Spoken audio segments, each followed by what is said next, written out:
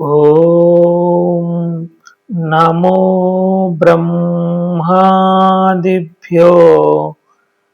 బ్రహ్మ విద్యా సంప్రదాయకర్తృభ్యో వంశ ఋషిభ్యో మహద్భ్యో నమో గురుభ్యః. మంగళం గురుదేవాయ మహనీయ గుణాత్మనే సర్వలోక శరణ్యాయ సాధురూపాయ మంగళం. హరి ఓం. శ్రీ గురుభ్యో నమః. కూజంతం రామరామేతి మధుర మధురాక్షరం ఆరుహ్య కవితా శాఖాం వందే వాల్మీకి కోకిలం. బ్రహ్మ మానస సంభూతం బ్రహ్మ బోధన తత్పరం యోగివర్యం ఋషిశ్రేష్టం వశిష్టం సద్గురుం భజే. హరి ఓం. మనం గత భాగంలో ద్రష్టయందు దృశ్యము సూక్ష్మ రూపమున అంటే సంస్కార రూపమున అణిగి ఉంటుంది అని ప్రస్తావన చేసుకుని దాన్ని వివరించుకుంటూ అనేక విషయాలను ప్రస్తావన చేసుకున్నామండి. ఇప్పుడు నేను కొన్ని ముఖ్యమైన విషయాలు నేను ప్రస్తావన చేస్తానండి, జాగ్రత్తగా గ్రహించండి. ఇప్పుడు ఈ వాసనలు ఉన్నాయి కదండి, ఈ వాసనలని ఇమేజెస్ అంటే ఇమేజ్ అంటే ఫోటో అండి, చిత్రం, ఇమేజెస్ అని వ్యవహరించుకుందాం, ఎందుకంటే సులభంగా అర్థం అవడం కోసం. ఇప్పుడు చూడండి, మీరు ఉదయం నిద్ర లేచిన దగ్గర నుంచి రాత్రి నిద్రలోకి వెళ్ళబోయే ముందు వరకు మీరు ఈ ప్రపంచంలో వ్యవహరిస్తూ ఉంటారు కదండి. మీరు ఈ ప్రపంచంలో అనేక విషయాలను అనుభవిస్తూ ఉంటారు. చూడండి, ఇక్కడ మీ మనసు ఏం చేస్తుందంటే, మనసు ప్రతి దృశ్యాన్ని ప్రతి అనుభవాన్ని ఫోటో తీసి ఆ ఇమేజెస్ను చిత్తంలో నిక్షిప్తం చేసి ఉంచుతుందండి. మనసు ఏం చేస్తుందంటే ప్రతి దృశ్యాన్ని ప్రతి అనుభవాన్ని ఫోటో తీస్తుంది. ఫోటో తీసి ఆ ఇమేజ్ ఉంటుంది కదా, ఆ ఇమేజెస్ను చిత్తంలో నిక్షిప్తం చేసి ఉంచుతుంది. చిత్తం అంటే స్టోరేజ్ ఏరియా అండి, ఒక మెమొరీ కార్డ్, దాంట్లో స్టోర్ చేసి ఉంచుతుంది, నిక్షిప్తం చేసి ఉంచుతుంది. చిత్తంలో ఉండే ఇమేజెస్ అన్ని మన మనసు తీసిన ఫోటోలేనండి. మన చిత్తంలో నిక్షిప్తమై ఉన్న ఇమేజెస్ అన్ని మన మనసు తీసిన ఫోటోలే.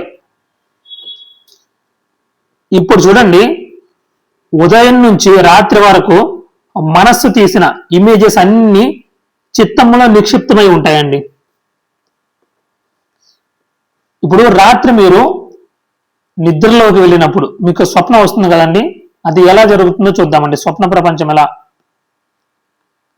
క్రియేట్ అవుతుందో. మీరు రాత్రి నిద్రలోకి వెళ్ళినప్పుడు ఒక మాట చెప్తున్నానండి, జాగ్రత్తగా గ్రహించండి. ఇది మన అందరికి అనుభవంలో ఉన్నదే, నేను దాన్ని వివరిస్తాను. రాత్రి నిద్రలోకి వెళ్ళినప్పుడు ఆత్మ ప్రకాశం ముందు వాసనలు అనే ఫిల్మ్, ఆత్మ ప్రకాశం ముందు వాసనలు అనే ఫిల్మ్ తిరిగినప్పుడు మనస్సు అనే తెర మీద స్వప్నం అనే సినిమా పడుతుంది. ఏమిటి? ఆత్మ ప్రకాశం ముందు వాసనలు అనే ఫిల్మ్ తిరిగినప్పుడు మనస్సు అనే తెర మీద స్వప్నం అనే సినిమా పడుతుంది. ఇప్పుడు చూడండి, నేను ఒకటి చెప్తాను, అర్థమైపోతుంది. ఇప్పుడు మనం అందరం సినిమా థియేటర్కి వెళ్తాం కదండి. సినిమా థియేటర్లో ముందు తెర ఉంటుంది, ఆ తెర మీద దృశ్యం కదులుతూ ఉంటుంది. ఆ దృశ్యం, ఆ సినిమా ఆ తెర మీద కదులుతూ ఉంటుంది, ఆ తెర మీద సినిమా పడుతుంది. వెనకమాల లైట్ ముందు ఇప్పుడు సినిమా ఆ ఫిల్మ్ ఉంటుంది కదండి. ఇప్పుడు ఫిల్మ్లో ఏముంటాయండి? ఇమేజెసే కదా. ఒక్కొక్క ఇమేజ్ ఒక్కొక్క సంఘటనని తెలియజేస్తూ ఉంటుంది. ఇప్పుడు మనం సినిమా ఫిల్మ్ అండి, సినిమా ఫిల్మ్లో అనేక ఇమేజెస్ ఉంటాయి కదా,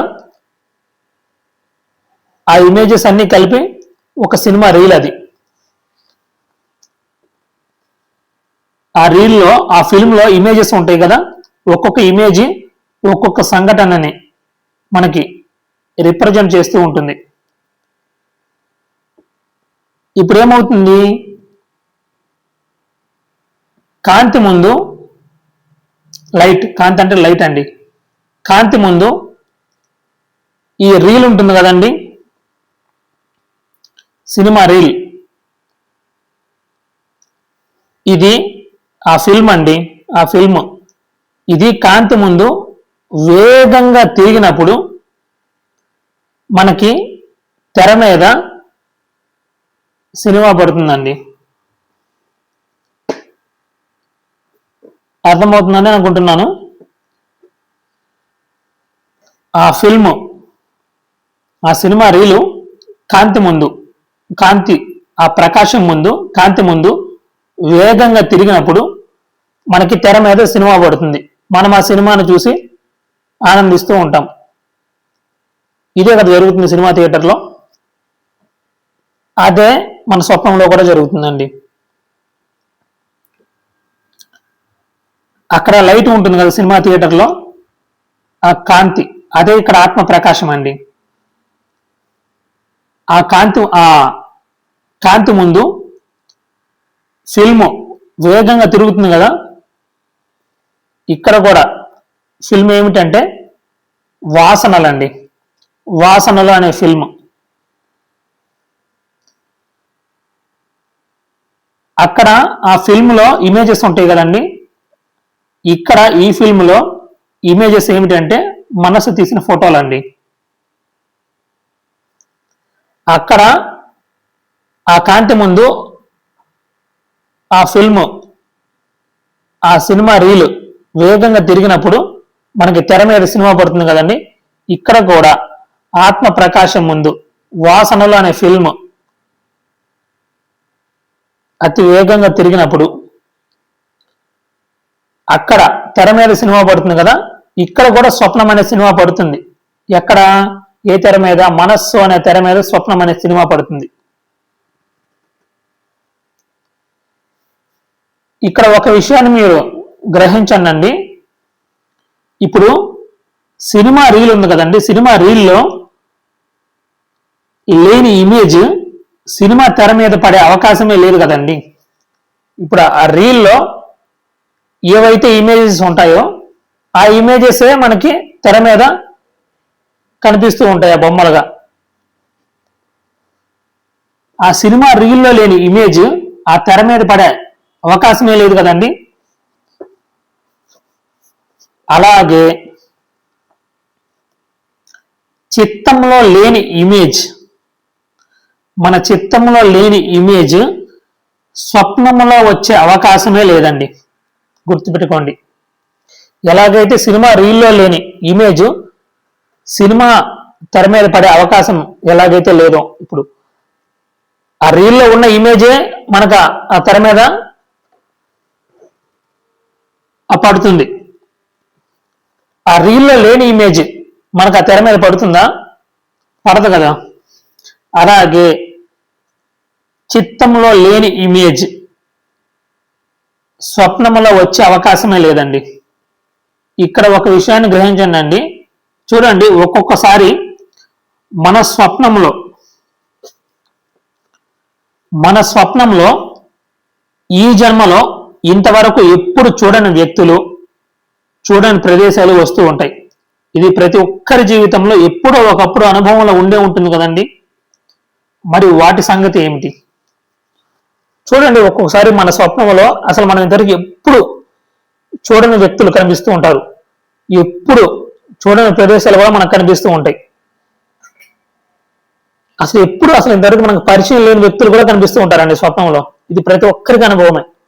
అసలు ఎప్పుడు మనం వెళ్ళని ప్రదేశాలు, ఇంతవరకు మన జీవితంలో మన అనుభవంలో లేని వ్యక్తులు, మన అనుభవంలో లేని ప్రదేశాలు, ఇవన్నీ కనిపిస్తూ ఉంటాయి. మనం ఎప్పుడు వాటిని అనుభవించి ఉండమండి, ఎప్పుడు చూసి ఉండం, కానీ అవి మనకు కనిపిస్తూ ఉంటాయి స్వప్నంలో. మరి ఆ ఇమేజెస్ మాట ఏమిటి? మరి ఆ మనస్సు అనే తెర మీద స్వప్నం అనే సినిమా పడుతుంది కదండి, ఆ తెర మీద ఈ ఇమేజెస్ కూడా వస్తున్నాయి కదా, మనం ఎప్పుడు అనుభవించినవి, మనం ఎప్పుడు చూడని వ్యక్తులు, చూడని ప్రదేశాలు, ఇవన్నీ వస్తూ ఉన్నాయి. మరి వీటి మాట ఏమిటి? ఈ ఇమేజెస్ మాట ఏమిటి?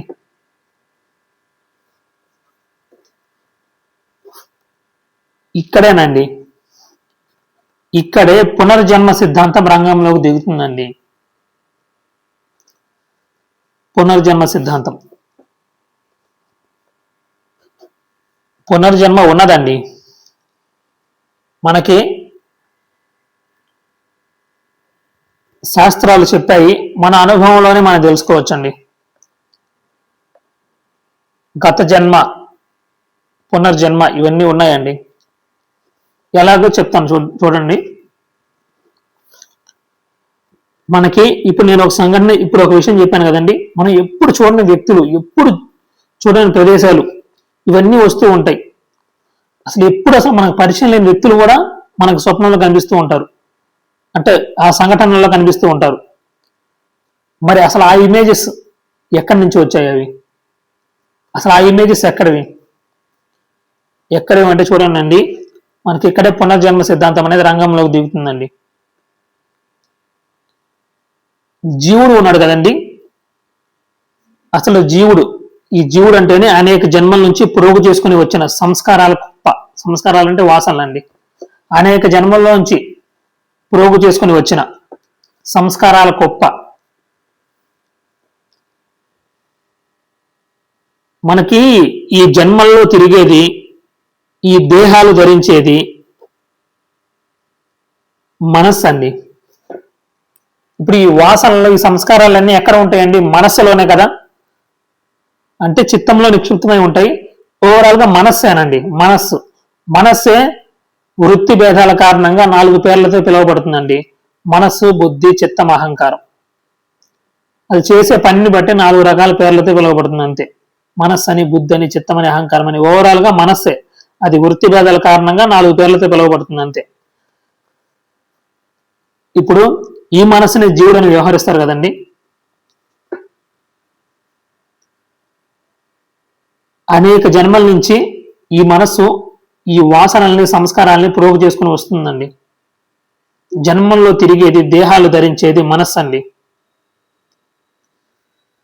ఇప్పుడు ఈ మనస్సు ఉన్నది కదండి, ఈ మనస్సు ఒక జన్మ నుంచి ఇంకొక జన్మకి వెళ్ళినప్పుడు గత జన్మలలో మనస్సు ఎందు ఉన్న ముద్రలన్నీ ఈ జన్మలో కూడా వస్తాయి కదండి. ఎందుకంటే అదే మనస్సు అక్కడి నుంచి ఇక్కడికి షిఫ్ట్ అయింది అంతే.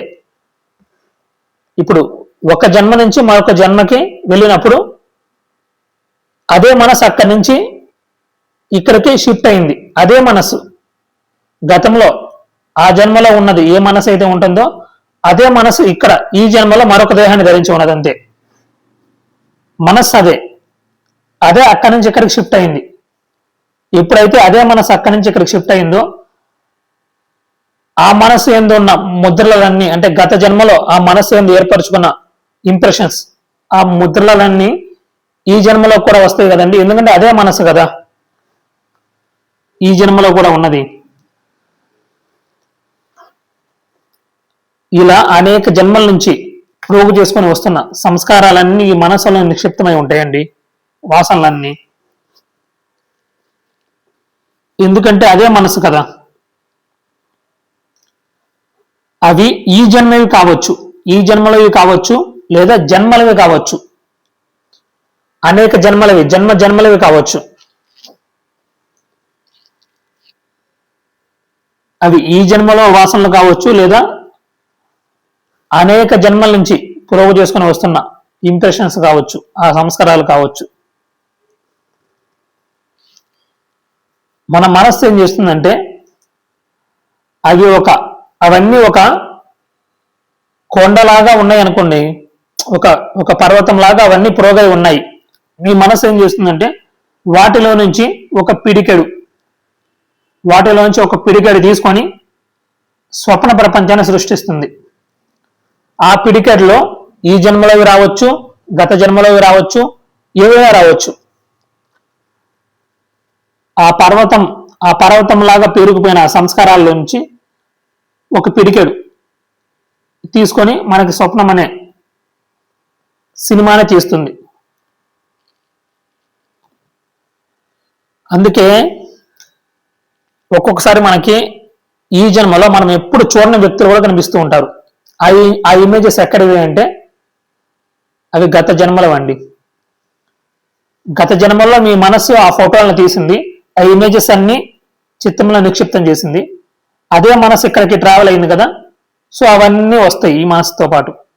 ఎందుకంటే ఈ మనసు ఎందుకు పడిన ముద్రలే కదా అవన్నీ. ఇప్పుడు ఆ మనసు ఇక్కడికి వచ్చినప్పుడు అవన్నీ వస్తాయి, ఎందుకంటే అదే మనసు కదా.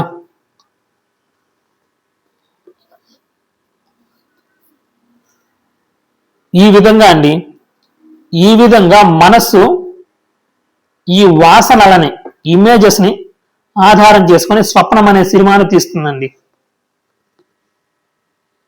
ఇదేనండి జరిగేది వాస్తవంగా మన స్వప్నంలో.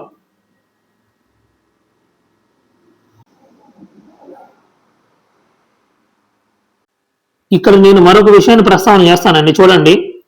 వ్యష్టి అంటే ఇండివిజువల్, వ్యష్టి మనస్సును జీవుడు అంటే సమష్టి మనస్సు ఉన్నది కదండి, దాన్ని హిరణ్య గర్భుడు అంటున్నదండి శాస్త్రం. మనం ఈ విషయాన్ని గతంలో కూడా ప్రస్తావన చేసుకున్నాం. వ్యష్టి మనస్సును జీవుడు అంటే సమష్టి మనస్సును హిరణ్య గర్భుడు అంటే బ్రహ్మదేవుడు అంటారండి. అందుకే చూడండి, స్వప్నము జీవ సృష్టి అండి. స్వప్నము మీ మనసు యొక్క సృష్టి, జీవ సృష్టి. ఎందుకంటే ఎవరి స్వప్నం వారిదండి. ఒకరి స్వప్నం మరొకరికి తెలియదు కదా. కానీ ఇప్పుడు మీ మిత్రుడికి ఒక స్వప్నం వచ్చిందండి, అది మీకు తెలియదు. కానీ ఈ స్థూల ప్రపంచం అంటే జాగ్రత్త అవస్థ, ఈ స్థూల ప్రపంచం స్వప్నంలా కాదు కదా, ఇది అందరికీ కనిపిస్తుంది. ఎందుకు అంటే ఇది సమష్టి మనస్సుల యందు ఉన్న సమష్టి వాసనలను ఆధారం చేసుకొని సృష్టించబడిందండి. ఇది అందరికీ కనిపిస్తూ ఉంటుంది, స్వప్నంలాగా కాదు. ఎందుకు అంటే ఇది, ఈ జాగ్రత్త ప్రపంచం సమష్టి అంటే అందరి మనస్సుల యందు ఉన్న సమష్టి వాసనలను ఆధారం చేసుకొని సృష్టించబడింది. స్వప్నం వ్యష్టి మనస్సు యొక్క సృష్టి, జీవ సృష్టి.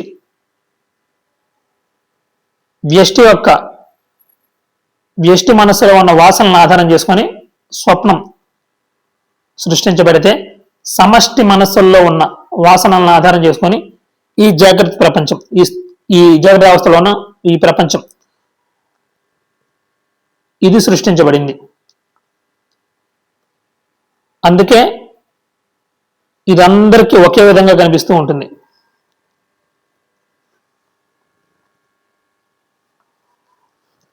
అందుకే ఇది అందరికీ కనిపిస్తుంది.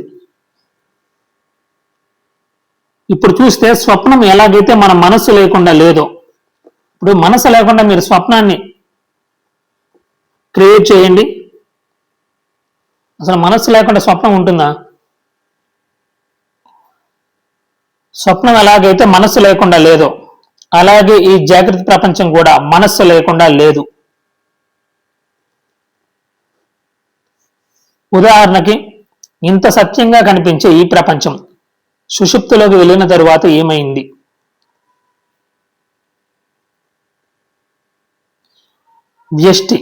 వ్యష్టి జగత్తు ఉనికి శూన్యం అండి. జగత్తు నీకు లేదు. ఈ సమష్టి జగత్తు ఉన్నది కదండి, ఇది ప్రళయంలో లయమవుతుందండి, అంతే. అందుకే మనకి శంకరాచార్యుల వారు ఒక మాట అంటారండి, ఎత్ర చిత్తం తత్ర విశ్వం స్వయమేవ ప్రతీయతే, ఎత్ర చిత్తం నాస్తి తత్ర నాస్తి కించిత్ జగత్ కథ. అంటే ఎక్కడ ఏ అవస్థలో మనస్సు ఉంటుందో అక్కడే జగత్తు ఉంటుంది, ఏ అవస్థలో మనస్సు ఉండదో అక్కడ జగత్తు ఉండదు. ఎత్ర ఎత్ర మనస్ఫూర్తి తత్ర తత్ర జగత్రయం, ఎత్ర ఎత్ర మనో నాస్తి తత్ర తత్ర నకించన. అంటే చెప్తున్నారండి, ఎక్కడైతే మనస్సు ఉన్నదో అక్కడే ముల్లోకాలు ఉన్నాయండి, ఎక్కడ మనస్సు లేదో అక్కడ ఏది లేదు అంటారు శంకరాచార్యుల వారు. సరే, ఇక మన విషయంలోకి వెళ్దామండి. ఇక వశిష్ఠ మహర్షి చెప్తున్నారండి, రామ, పదార్థములలో రుచి,